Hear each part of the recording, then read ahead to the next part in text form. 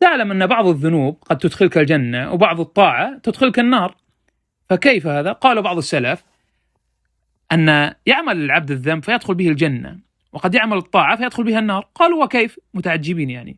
قال يعمل العبد الذنب فلا يزال نصب عينيه إن قام وإن قعد وإن مشى، كلما ذكره أحدث له توبة واستغفارا وندما، فيكون ذلك سبب نجاته. فترى الناس الحين إذا أذنب فتشوفه يتخيل ذنبه قدام عينه كذا وهو يصلي وهو جالس كذا، فيندم ويستغفر ويرجع إلى الله عز وجل، يبغى توبة من الله عز وجل. أما الذي يعمل الحسنة فلا تزال نصب عينيه. يكون صاحب الذنب الذي فعل الذنب توجب له طاعة الله عز وجل، يعني بعد الذنب تشوفه مستغفر يتوب إلى الله عز وجل، يبغى الله يغفر له بأي طريقة.